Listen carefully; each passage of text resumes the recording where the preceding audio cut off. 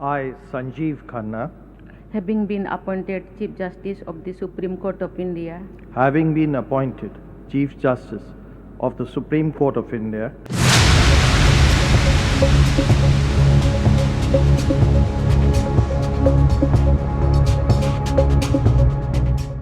देश के नए नवेले मुख्य न्यायाधीश जस्टिस संजीव खन्ना बतौर सीजीआई अपने कार्यकाल की शुरुआत से ही एक्शन में दिख रहे हैं। उन्होंने सुनवाई से जुड़े पूर्व में बनाए गए एक नियम को बदल दिया है। जस्टिस संजीव खन्ना ने सीजीआई के तौर पर नियुक्ति के दूसरे ही दिन सुप्रीम कोर्ट में मामलों की तत्काल सुनवाई पर नई व्यवस्था करने का आदेश दिया है। उन्होंने कहा कि मामलों को तत्काल सूचीबद्ध करने और उन पर सुनवाई के लिए मौखिक उल्लेख करने की अनुमति अब नहीं दी जाएगी।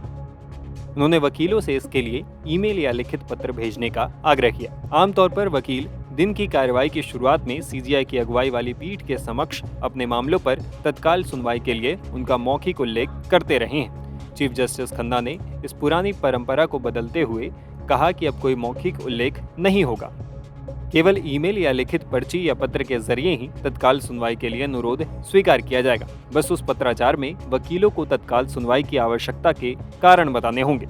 इस फैसले के बारे में हमारे संवाददाता गौरव श्रीवास्तव ने डिटेल में जानकारी दी।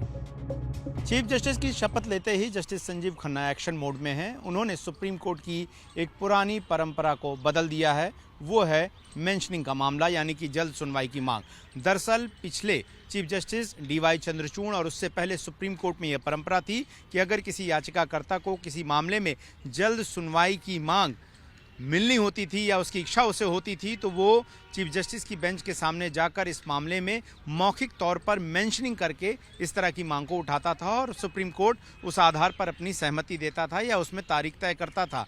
लेकिन अब से जस्टिस संजीव खन्ना ने इस परंपरा, इस प्रक्रिया को बदलते हुए कहा है कि अब कोई भी मेंशनिंग जो है वो मौखिक तौर पर ना होकर ईमेल के जरिए होगी। यानी कि किसी भी पक्षकार को अगर किसी मामले में जल्द सुनवाई की मांग करनी है तो फिर उसे ईमेल के माध्यम से बताना होगा कि वो इस मामले में जल्द सुनवाई की मांग चाहिए।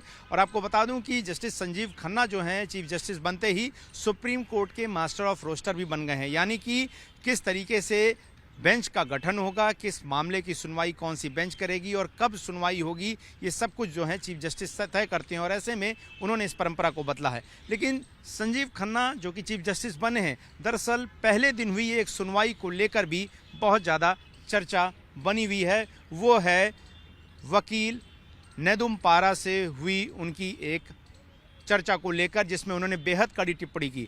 दरअसल मैथ्यू नेदुम पारा एक ऐसे चर्चित वकील हैं जो कई बार अलग अलग कोर्टों में जाकर अपने टिप्पणियों की वजह से सुप्रीम कोर्ट की नाराजगी को झेलते रहते हैं। दरअसल संजीव खन्ना एक डीआरटी से जुड़े हुए मैटर की सुनवाई कर रहे थे और उसमें सुनवाई के दौरान ही नेदुम पारा ने कोर्ट में ये आरोप लगा दिया बहस करते हुए कि जो अदालतें हैं वो बड़े उद्योगपतियों अंबानी और अडानी के मामलों को तो सुनती है लेकिन एमएसएमई से जुड़े हुए सेक्टर्स के बारे में कोई सुनवाई नहीं करती है।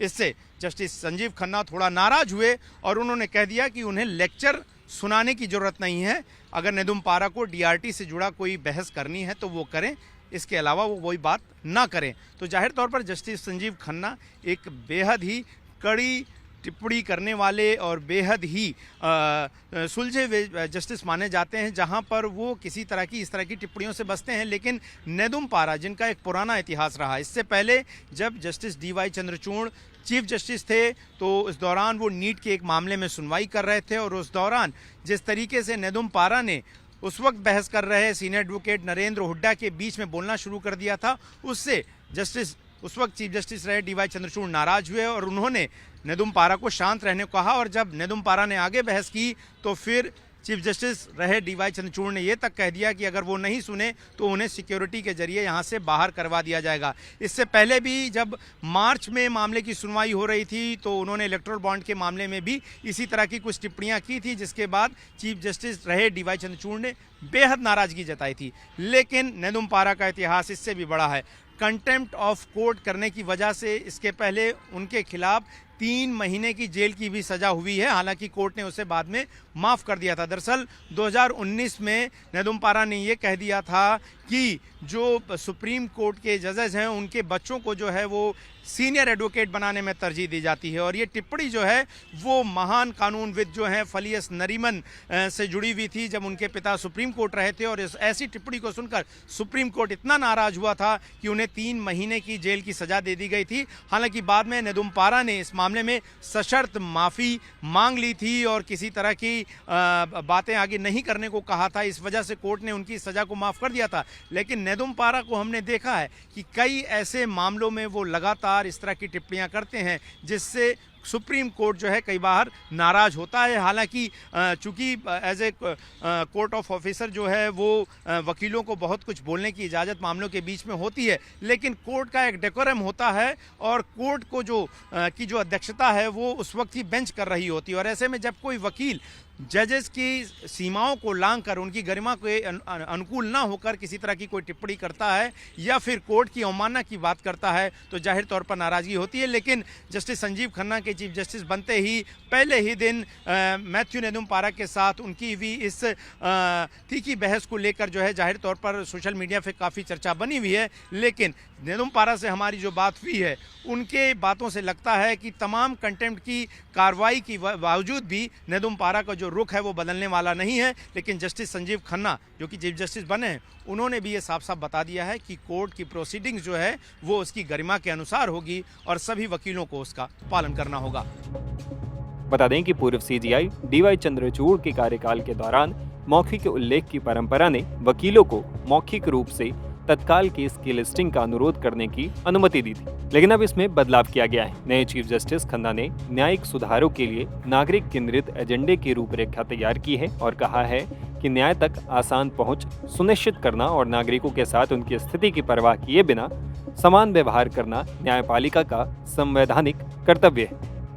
बता दें कि 10 नवंबर को जस्टिस डीवाई चंद्रचूड़ का कार्यकाल खत्म हो गया था। इसके बाद सोमवार को जस्टिस खन्ना ने मुख्य न्यायाधीश पद की शपथ ली है। राष्ट्रपति द्रौपदी मुर्मू ने सोमवार को राष्ट्रपति भवन में 91वां प्रधान न्यायाधीश के रूप में जस्टिस खन्ना को शपथ दिलाई थी।